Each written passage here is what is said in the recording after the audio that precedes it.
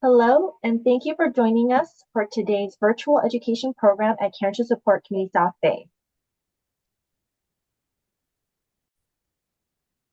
My name is Rebecca, I'm the program manager, and I welcome you to this workshop titled Power of Culture. Before we begin, if this is your first time joining us, CSC South Bay's mission is to uplift and strengthen people impacted by cancer by providing support, fostering compassionate communities, and breaking down barriers to care. Our vision is that everyone impacted by cancer receives the support they want and need throughout their experience. We serve the South Bay, Long Beach, and Orange County area all at no cost. Our program includes support groups, networking groups, healthy lifestyle classes, social activities, and educational programs like this workshop. Educational programs are open to all. If you'd like to hear more about our services or join our community, please visit our website at cscsouthbay.org. Before I introduce today's speaker, we ask you to keep your microphone muted to eliminate any distracting background noise. Please feel free to enter any general questions into the chat function found at the bottom of the Zoom window at any time. There are some points where Camela will ask you for your thoughts. Feel free at that time. Please feel free to unmute yourself, of course. Without further ado, I'll introduce our workshop speaker.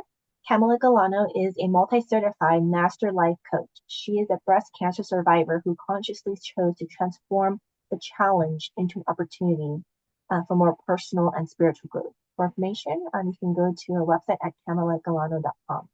Camela, thank you so much for being here with us today. Okay, thank you. Hi, everybody. I'm so happy to be here and so glad that you all made the choice to join me. I'm very honored to be a part of this community. And as Rebecca had said, I am a breast cancer survivor. And in fact, February 1st will mark 10 years that I've been cancer-free. So I'm very excited about that. As we proceed today, since we're a nice small group, I will ask questions along the way and invite anyone who wants to share their answers or has questions about the questions or anything that comes up for you. Feel free to do so either during the talk or at the end of the talk. I will talk, but it is interactive. So let's begin with a very simple definition of choice, which is the power to select. And I like this because it's very easy to understand and yet emphasizes the power of our choices/selections. Choices aren't the most powerful thing we have. They put us in the driver's seat of our lives. The power of choice is a great gift, and it's something we all already have. Choices have the power to transform our lives, elevate our spirits, and unlock our true potential. We create our reality through our choices. They put us in control of our lives and they shape our destiny with intention. We are never powerless. We are constantly presented with a choice, and each choice helps to determine our lives. How to get what we want can be simple, but may not always be easy. It depends on our choices. Every choice is about building identity. And although we have no control over external events or people, we always get to choose our response to a situation, event, or person. And I think this is really, really important, and I'll talk more about it later. But for now, I just want to give a personal example of choosing my response to a situation. And some of you may have heard this before, but I will repeat it. It's when I was first diagnosed with cancer. As anyone who's been diagnosed with cancer or has been affected by cancer, I think understands that my initial reaction, of course, was I was full of terrible fear, and I just felt horrible. Somehow, early on, I made a conscious choice that I didn't want to feel this way. So I actively chose to view cancer as a gift, that I was a future cancer survivor.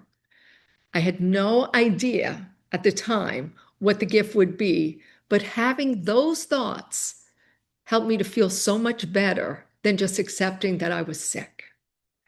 I chose to believe that I had cancer. Cancer did not have me. And that, I think, is really, for me, an example of choosing a response and reaction to a situation for which I had no control.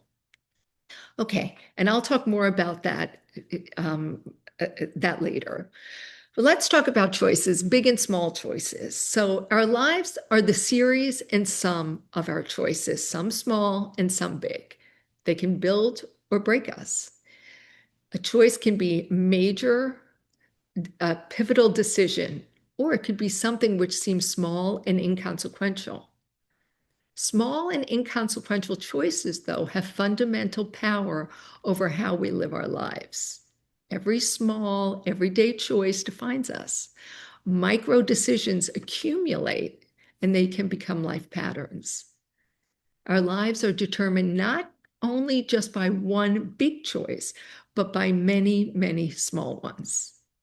So every decision, every choice is an opportunity to honor what truly matters to us. Every decision shapes our life, from something as simple as what we eat for breakfast to a life-altering choice. One single conscious choice to change direction can change our life. And if you'll be patient with me, I want to just share one other personal example of a very small choice. Back in 2011, very quickly, I was living up in LA. I had been divorced for 2 years. My kids were away at school, so I was a very empty nester living in a big family home, and decided I wanted to sell my house. And I put it on the market, and it sold in 2 days. And I wanted to come live at the beach. So I went to Santa Monica and to Venice and Marina del Rey, and I couldn't find anything. And I had a 60-day escrow period, and I had to be out by the beginning of June. And I remember it was the middle of May, and I had nowhere to go. I hadn't found a house. I had found something and it fell through. And I was just I was exhausted. I was panicked. And I remember on a Saturday morning, again, it was the very middle of May, and it was the day after my daughter's college graduation. And my sister called me and said, "You have to move to Manhattan Beach." I didn't even really know where Manhattan Beach was. For me, it could have been in Mexico. So I was like, I can't deal with this. And she said, "I found a house. You have to come and you have to look at it." And I was like, "I'm just too exhausted. I can't come today." And my sister said to me, "You don't have time to be exhausted. You have to get your butt out of bed and get in the car and go to Manhattan Beach." I very reluctantly made this small choice to get out of bed, get in my car. My sister literally had to meet me in the Manhattan Village because I didn't know where I was going. We walked into a house, and it wasn't even such a beautiful, beautiful house, but I fell in love with it. They allowed me this incredibly short escrow period. I moved in like 3 weeks later, and I have been in Manhattan Beach ever since and couldn't be happier. And again, it's just an example of a single, simple choice, which was to get my butt out of bed and get in the car. And it changed my life. So here's my first question for anyone. And if somebody wants to join in now, chime in now, great. I'll ask Rebecca to help with that. Otherwise, if you want to take a note and share something later, or you don't want to, that's okay too. But the question is, can you think of one small decision, one small choice, which change something bigger in your life? So nobody has anything. And again, I can't really see, Rebecca. If anything comes up, you let me know. Otherwise, I'll keep going. Nothing so far yet. Okay, great. I'll keep going. So there are conscious and unconscious choices. We often feel stuck because we don't believe we actually have a choice to change. We live on autopilot and make automatic, habitual, conditioned choices instead of intentional ones. We make unconscious choices and just let things happen. These choices and non-choices are dictated by our unconscious. Often we're not even aware of the choices that we're making. I mean, a simple example or simple examples could be something like, you take out a bag of cookies or a bag of chips or something. and you're maybe watching TV and you eat one and then you're eating and all of a sudden it's empty. You didn't make the choice to do it, but you unconsciously are choosing to put it in your mouth. Or did you ever drive somewhere? You're in the car driving and it's like, wait, how did I get here? You made the choice unconsciously to make the right at that light, to do this, whatever. Those are unconscious choices. Another thing we do is we don't choose and we just wait for things to happen. And not choosing can be the worst choice. It can keep us stagnant because indecision keeps us stuck. And not choosing is still a choice. So it's important to be aware to consciously and intentionally decide our actions and progress. There is no perfect choice. However, there are intentional choices that align with our values and move us closer to our goals and who we want to be. Change the choice and change the outcome. So stop waiting and start choosing. And the thing about choices is they don't have to be final. They create new paths, but they can be changed. The power of choice can change our life at any time. And we can redirect at any time. So I have another question that I'll just put out there. And then I'll just give it a few seconds and keep going.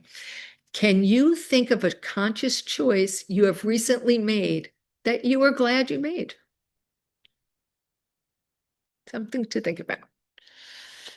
Okay, now I'm going to talk about comfort over happiness. It is easy to confuse a choice for comfort over happiness. However, a choice of comfort often leads to dissatisfaction. There is a difference between choosing what is best for us and what is easiest. Look for long-term effects of choices, not just immediate gratification or comfort. Remember, even small choices have infinite consequences. We convince ourselves that we can do without, so we often make safe choices. Instead, choose to do the things you may not want to do in order to be who you want to be and have the things you want to have. Pause and consider, is this choice in alignment with the person I want to be? Progress is a product of action, which is a product of choice. So here's my third question. Are you choosing less life to stay safe in your life? Okay. Fear. We often avoid powerful choices out of fear. Fear of failure, fear of rejection, fear of what others think. Fear often disguises itself as logic. We might experience anxiety, uncertainty, and overwhelm. Habits, whether good or bad, usually feel safer than change, and so we choose, either consciously or unconsciously, to stay with what is familiar and comfortable. Choice brings both freedom and accountability, which can feel scary. These feelings do not have to paralyze us, but serve as a catalyst for growth. Even simple choices can be frightening, so people often avoid making them. Simple thing. You're going out to dinner with a friend. Oh, where do you want to eat? I don't care. You choose. What movie do you want to go see? I don't care. You choose. So it's best to choose to not live in fear of negative consequences. How many times do they ever even happen? What if, Don't take the safe path looking from the past. It may no longer be appropriate. You are not locked into your past. You can make different choices now. Look for newness.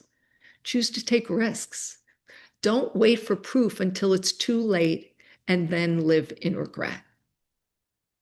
Choose courage over comfort. And don't make choices based on what others think. The perfect person to change your life is you. Choose action over hesitation, courage over fear. So, another question. What's scarier to you, making a choice or avoiding one? Okay. So I'm just going to keep going, and now I'm going to talk about shifting from blame to power. We often blame others for our choices. True personal power comes with our choices, not just pointing fingers. When we don't make intentional choices, outside forces can choose for us. No one can take your power unless you give it away. You have this choice. And every choice comes with a cost. Saying yes to something is saying no to something else, sometimes something healthier and better for us. So the power of choice requires self-awareness. Every choice, every action either serves or sabotages us. So we want to be very aware of the actions that we're taking and the choices we're making to move us into the direction we want to go. When we make conscious choices, we step out of victimhood and into leadership of our own lives. Choice gives us back our personal power and agency. So, here's another question. Where in your life are you telling yourself you have no choice? Well, don't delay. Choose the present. Don't wait for the future to make a choice. Don't get stuck in the when this happens, then I'll do this, or when this, then I'll choose that choice or make that choice. Waiting is often a wrong choice, letting your future slip away. Don't choose to focus on what is wrong. Choose to make changes. Feelings are temporary. The outcome of choices is long-term. Progress over procrastination. Stop waiting for motivation. Choose now to take action. So I've gone through this pretty quickly, but I want to go back to what I was talking about in the very beginning in terms of mindset. And I'd like to I have a couple of quotes here, and I'd like to just read a quote from Viktor Frankl's Man's Search for Meaning. For anyone who is unfamiliar with it, it chronicles his experience as a Holocaust prisoner in a Nazi concentration camp. And what Frankl wrote was, between stimulus and response, there is a space. In that space is our power to choose our response. In our response lies our growth. So again, we cannot choose everything. Things just happen, which we have no control over. But what we do always have is the choice of how we interpret events and how we respond to them. Every day is full of choices that we have control over in terms of how we respond. And again, we have tremendous power in our choices, especially in how we choose to show up and see the world. We can choose to see obstacles or opportunities. We can choose to witness limitations or expansion. And I have one other quote, which is from The Four Agreements by Don Miguel Ruiz, which is, the only reason you're happy is because you choose to be happy. Happiness is a choice, and so is suffering. Maybe we cannot escape from the destiny of the human, but we have a choice to suffer our destiny or to enjoy our destiny, to suffer or to love and be happy, to live in hell or to live in heaven. My choice is to live in heaven. What is yours? And I went through this very quickly. The last thing I have is not necessarily a sentence, but an exercise of fill in the blanks, which is, this week I choose to blank instead of blank. So, Rebecca, I'm sorry I went through it so quickly, but I'm open to anybody that has any feedback, any answers, any questions, anything that's resonated for anyone. Yeah, Thank you, Camilla. Yeah, there was a comment of great question. We were asking about the fear. Like, are you making choices based on fear? And the comment was great question. Okay. Yes. Um, anyone with any questions, feel free. Yes, Kathy? Yeah, the questions were amazing, and I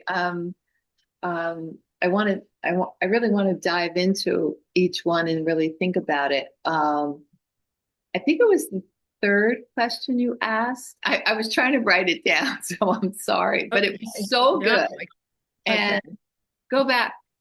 Let me go back. Yeah. Okay. So the third question was, Because choice is so, like I'd love to hear a little bit more even about, you shared a little bit of your story in the beginning and how you were even able to shift your mindset, right, to a more of a positive mindset, right? Say getting out of the comfort zone and, embracing a new choice. And maybe you could expand upon that a little bit more. thank you, Kathy, for that question. And was the question, are you choosing less life to stay safe in your life? Yeah, I love that question. But and then Okay. I asked you while you were looking Okay. up something No, else. But I just want to open up the conversation. okay. I had, I'll be very honest with this. I had been doing a lot of, before my diagnosis, I have always been very interested, let's say, or attracted to sort of spiritual learnings or teachings. And there's a book which I consider sort of my Bible, which is written in 1924 called The Game of Life and How to Play It. And I also had done a lot of reading of Louise Hay, and it was a lot about positive thinking, choosing our destiny, taking control of our lives, and again, just be choosing to be positive. Okay, and that sounds like such a cliche, but when I was diagnosed, it really was okay. Now it's time. Okay, here's your test. You've been doing all this work, you've been reading all this stuff. You've been walking around like life is great and be positive, whatever. And it was like, boom, okay. And I mean, and for anyone that's ever been diagnosed, it was, I remember it so well.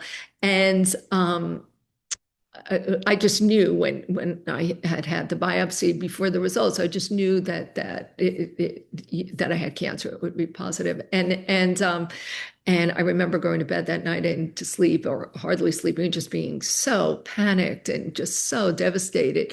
And literally, it was the next day when I got the call from my doctor, is something just shifted, and I just said, I'm not doing this. I'm not living like this. And I went through 18 months of treatment, with chemotherapy and radiation, and I had to continue with different because of the type of cancer I had. And I had surgery. So I had a long treatment. And I just remember going to the treatment center and just, I don't want to say I was happy because it was horrible. I wouldn't wish it on anyone, but it was just part of my process that I was going through. And I don't know if anyone else, who has had experience with cancer has anything, to share, but that's when I decided I had cancer. Cancer did not have me. I had cancer. I wasn't sick. And that may sound crazy, but I had cancer. In the same way it's different, obviously, but I have a cold, I have the flu, whatever, So does that answer your question? I appreciate your opening. Yeah, no, but what I heard too, though, was you had a great foundation Mhm. before Mhm. everything, and I guess after the diagnosis, that's what we call on, right? Yeah. We Yeah. a lot And of, cancer was a gift to me. I met an amazing woman. I had done this talk last year. She was on the call in Croatia. That was kind of how that happened. It was just incredible. And also I changed my life, I really did. It didn't happen immediately, but it really started the wheels in motion. I started doing coaching. So I was a film executive and I started doing coaching certifications, and I kept doing them and doing them. And then it was like, okay, now what do I do with them? And it's like, I wanted to give back, and I changed my life, and it's because of cancer really started it. Mhm. And that was my gift, part of my gift. So thank you, Kathy. Does anybody else have any questions? Or Kelly? Hi, Kelly.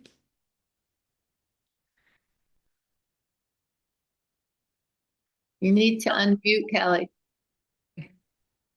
Sorry, I was going to the wrong place.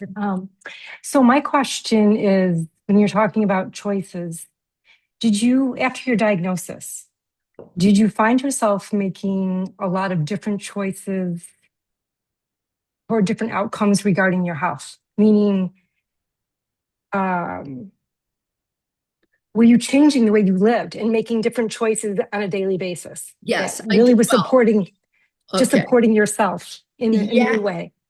During my treatments, 100%. Yeah, 100%, and I still to this day, never eat or do anything without my hand sanitizer. It became very fashionable during COVID, but I was neurotic about that for years before.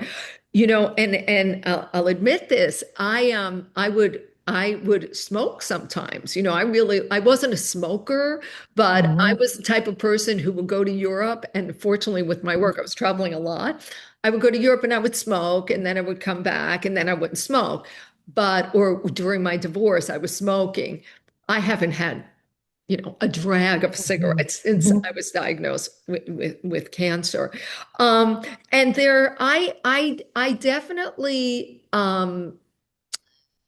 yes, I tried to also during my treatments, I continued to do as much physical, I can't say I couldn't do a lot of stuff, I remember going to the gym and just walking up the steps. I would get to the top,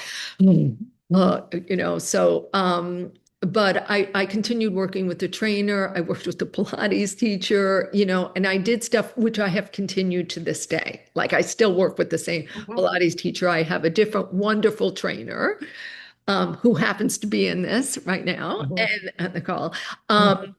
And I definitely 100%, Kelly, I'm much more conscious of things than I was pre-cancer because I never thought I would, it's like cancer, me? Like I'll share this. When I would go for annual mammograms, and the day that I went, it was really crowded, and I was working, and I had a lunch that day or a meeting, so I was waiting. And I went up to the desk to tell them that I was just going to skip it and I would come back next year. And there were one or two people ahead of me. And fortunately, I didn't get to do that because they called my name. But it was like I was meant to stay, and otherwise I would have left. And I had no idea. Yeah. So. Yeah, because I love when you say that, because it's the small choices that really end up to be that makes the biggest difference sometimes. The small things that you do on a daily basis can be the big life-changing things that we don't realize. 100%. At 100%. They can totally. Yes. I mean, the way I started as taking got into coaching as a film executive is because I was working with a coach who suggested that I take a training. And some people have heard this. I thought that was the craziest thing I ever heard. It was like, coach me? I'm a film executive. But I made the choice, just, you know what? I'll just try it. I didn't do it in the sense that I'm going to quit my job at all. And it was years later that I actually did, because I was just kept doing certifications. It was enough already, So, But again, it was just a simple choice. I'll just email this person, she told me to. And then it went from there. So, Yes. I love the little things that add so much to your life. Like you had no idea that life coaching would be so life-changing and meaningful yeah. to you. I had no idea Yeah. the story I told about how I found my house. It's true. Yeah. It's really true. If my sister hadn't told me and if I hadn't said, okay, I'll go, because I didn't want to, but it was like, oh, okay, I'll I made the choice just not to be lazy. And it's so easy to be lazy. Yeah. Yeah. And Thank you, Camela. that changed my life, Mhm. completely changed Yeah. my life. Yeah. Yeah. Oh, thank Yeah. you for that. I'm just wondering, Camilla, if because you were in the South Bay, you moved here, if you joined the cancer support community of the South Bay, when you had your cancer, right? Because you happened to be in this area when you got diagnosed, I think. Yes. Yeah. I did not join. I didn't even know because I'll be honest with you, I was living down here in the South Bay, but my life, my work, everything was up in LA and everything I did, my treatments, my doctors were all at Cedars. So I didn't even know about the South Bay, the support group. I was introduced to it after my treatments. Mm, And I thought it was fantastic. And I remember saying, oh my God, I wish I had known about this. And I have since, I have worked with one or two people who have been diagnosed, and I have recommended and referred them to the group. Yeah. mhm. So, mhm. I just wanted to answer question one, which is like one small choice that changed something bigger in your life. And I'm kind of shouting out Rebecca and the cancer support community South Bay. I just decided about a year ago, as it's been 2 years soon since my cancer. So after all my treatments, I thought, I'm going to start looking every week on what the classes are at Cancer Support Community and just try different things. So I started like the poetry class once a month, the art classes, and then different lectures. And I have just gotten so much out of. I mean, I just thought, you should just take a look at what's on the calendar, every week. And I feel like it's really changed my life in an awesome way. So thank you, Rebecca, and Cancer Support Community, for all you do. Yeah, like taking a class like this, right? I mean, I've just That's gotten great. great lectures, great, enjoyable classes. So, yeah. Yeah. Thank I think you. that's really great. Mhm. And I also want to thank all of our volunteer professional, so Camela is a professional, but she is donating, her time and expertise. And so we couldn't provide all of our services for free without all of our volunteer instructors and also wonderful speakers. So thank you, Camela, for making that Sure. time and being so No, generous. I'm And happy to do it.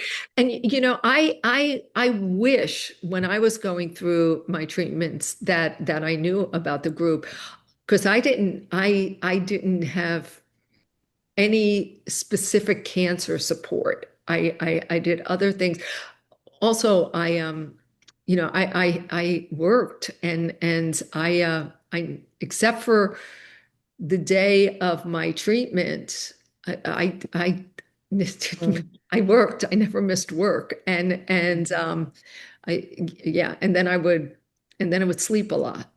mhm, Sleep a lot after my treatments, and I did a lot of acupuncture, and I did a lot of other kind of things as well. But yeah, mhm. well, I, yeah, thank you for sharing that.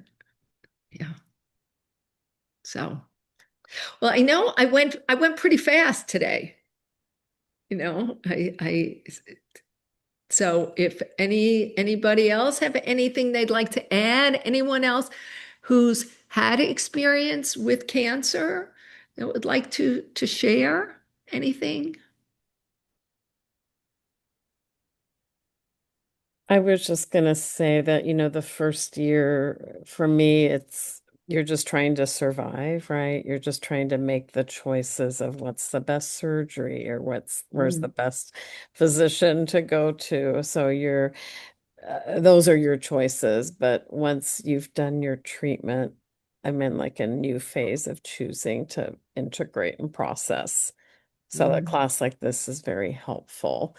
It might have been harder last year, but I'm kind of ready for it this year.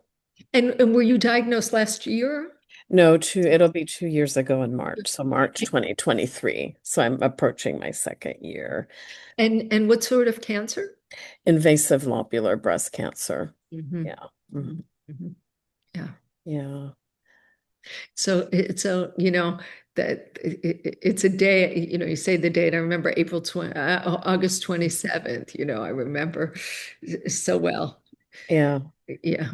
It's on the calendar just to Yeah. be reflective of when it, comes Yeah. up. Yeah. Yeah. Mine was August 27, 2015. And then I had my surgery and the lymph nodes and everything was February 1st, 2016. So I'm coming up Yeah. to that day. Yeah. I think you make an excellent point, Brigitte, about being ready for it. I think that's very important too. I'm so glad that this was at the right timing during your journey as well. So there's a comment from Anne. Choosing to get a second opinion helped me find a better treatment team. Joining a support group, I learned to advocate for myself. Wonderful. Yeah. It's beautiful. I think, yeah. It's great. Yeah. Yeah, cancer is it's scary. Super scary. Yeah. But I remember also when I was diagnosed and speaking to my oncologist and one of the first things she said to me was there is no cure for cancer, but there are treatments, and then she told me the treatment she was suggesting for me, and it sounded just horrible. And I just asked her, would you do it? And she said to me, I'm in my 40s and I have, I'm early 40s and I have young children. I want to be alive. And so this is the treatment I would do. And that's the treatment I did. Yeah. Yeah. So Thank you for sharing, Camela. I know that we went through the questions, but is there any way for you to repeat it just one more time for anyone who may have missed one, or just this workshop is being recorded as well, so thank you for allowing us to do that. But for anyone who before was dictating those questions, if you're able to do that, I think that'll be very helpful. Okay. So the first question was, can you think of one small decision which changed something bigger in your life? Okay. And the second was, can you think of a conscious choice you have recently made that you are glad you made?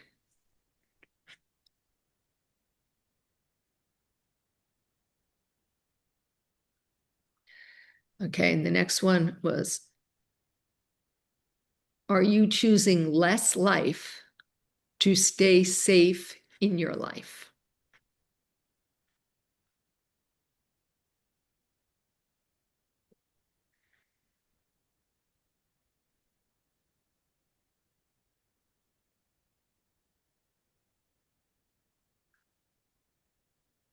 Okay, and then I'll wait another few moments.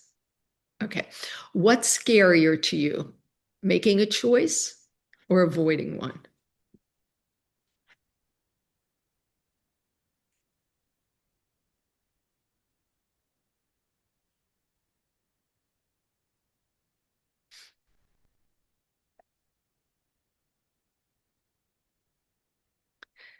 Okay, the next one was, where in your life are you telling yourself you have no choice?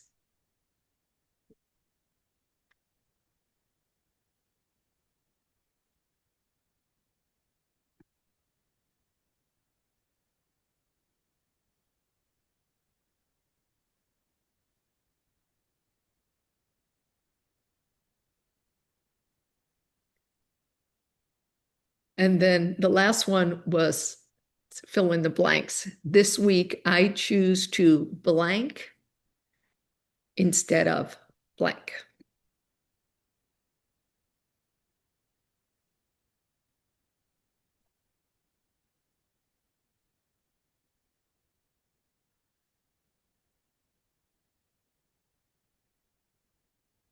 Kelly? You know that the question about, making a choice or avoiding one, do you think that we are afraid of making a choice because we're afraid of what's going to happen, right? We're afraid of making the wrong choice. And Mhm. that's been something that I struggle with because there's too much fear of doing something that could cause, something irreparable, right? Is it So irreparable? Does it have to be irreparable or? is it okay to make a wrong choice? That's my mind. That's where it goes next. Is it okay to make a wrong choice? Well, what would happen if you made a wrong choice? I mean, I could put myself in a bad place for a little bit, Yeah, yeah. right? Like say you make a bad financial choice, like you put money into something that went bad, right? Mhm. That Mhm. went and you lost your life savings. Mhm. Those are some big questions and things that you get stuck and then you end up doing nothing because, Mhm. right, like you said, sometimes it's like making no choice. Mhm. Yeah. Those are the things that paralyze me. It's also can also be, I mean, that's a very extreme thing. If you take all your savings and you put them into a stock that Oh, a big portion. I'm whatever. sorry, but yeah, like a big But portion. something like that. But Yeah. Kelly, I think what happens is, and we all do make wrong choices sometimes. We choose the Yeah. wrong guy, the wrong girl, the wrong, we go in and we buy an outfit that looks good in the store, and then it sits in our closet because it's ridiculous. We never wear it. You know what I mean? So we do absolutely, but we also can learn from those choices. They Yeah. can be lessons for us. They Yeah. can be, yeah, that we know not to buy, that Hmm. red and purple polka dot Hmm. chiffon gown or something to wear on New Year. I don't know, making it up, Right. you know. Right. But I think for me personally, not making the choice is Hmm. is really it's a missed opportunity. I don't want to say it's Hmm. wrong or it's right, but it's a missed opportunity because to not make a choice, as I said before, it's a choice. And we're choosing just to be complacent and to potentially not change, to not grow, to remain stagnant. Mm. Okay. So our growth comes from making a choice, and then maybe we have to pivot from that place. Mhm. Is that where our growth Absolutely. is? Absolutely. Did you ever, for Mm. example, you know, you go to school, if you anybody who went to college, I'm going to take this class because it sounds so great. And by week 3, it's like, what am I doing? I don't understand I don't like it. Is it too late to change? I mean, it's a silly thing, but I remember doing that when I was like a sophomore in college. And it was like, what was I thinking when I made this choice? Just because everybody else loved it. And yeah, we make mistakes. We're learning a lot too during that point when we Mhm. made the mistake, and we were figuring things out from there. Lesson. A mistake can be a lesson. Or Right. what we could do is we can make a mistake and just really, really just give ourselves the hardest time for having made that choice, which is completely, Yeah. that's wrong. That is not productive at all. Hmm. Instead of having compassion for ourselves, we're like, oh my Hmm. God. I Yeah. mean, the other night, I'll tell you a choice I made. I have a brand new car, literally, for 2.5 weeks because my other car was totaled in an accident, which was not my fault. But I was having dinner on Friday night in a parking lot, couldn't find a parking space, meeting a friend. I was late because I couldn't find a space. Somebody pulled out. I made the choice to go into this parking space, which was too small, and made the choice that I could miraculously fit into it. Okay. And I completely scratched $8,000 estimate for my brand new car because of the choice I made. And so when I drove out of there, not knowing, because then I realized I can't fit into this space. What am I doing? And then drove around, found another space, got out of my car, went around to the side and saw the mirror was okay. I thought, oh, thank goodness. And then I saw the car. I was like, what the fuck did I do? Like, what a stupid mistake. I gave myself such a hard time. And I'm doing dry January. All I wanted was a glass of wine at that point. Okay. But it was like, and then I made the choice. I was with a friend. I made the choice that, you know what? I made a mistake. I made a mistake, an expensive one and a stupid one. But the lesson is to not try to squeeze in, not to force, not to, Yes. yeah. But talk about a stupid choice. Yeah. Yeah. Mm-hmm. Yeah.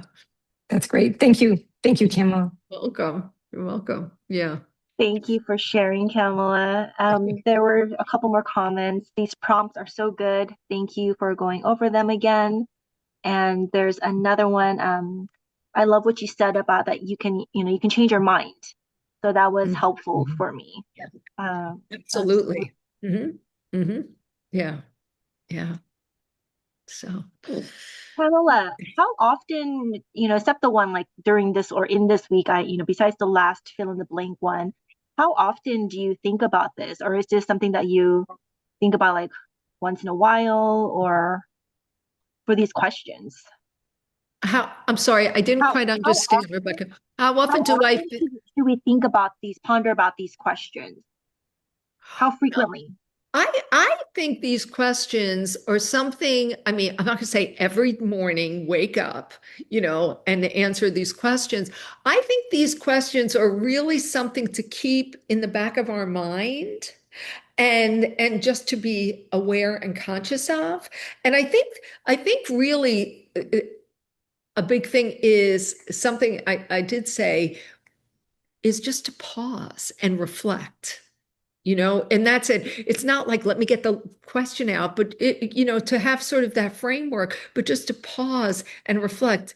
Is this really, as I said before, is this really, when I use the ridiculous example of my parking space, is this really what I want to do is to squeeze into this parking space, or am I doing it because I'm freaked out because I'm so whatever, like why am I making this choice to question, and to reflect on what's behind my making this choice? Is it the right choice for me? Is it where I want to go?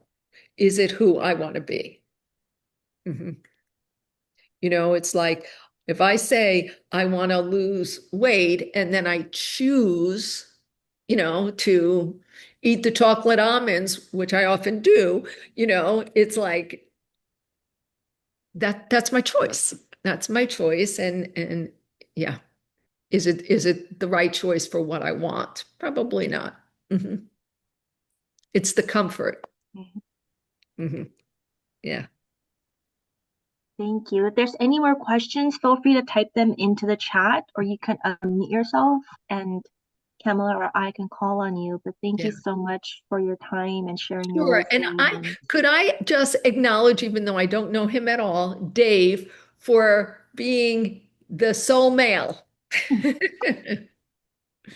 So I acknowledge you for that. Uh-huh. Yeah. I'm assuming everyone else, they're all women. Yeah, I think you're right. Yeah. So I think this would be helpful for anybody and everybody. So thank you everyone who joined us, and especially for you, Camela, for sharing thank you guys with us. Okay. Thank you for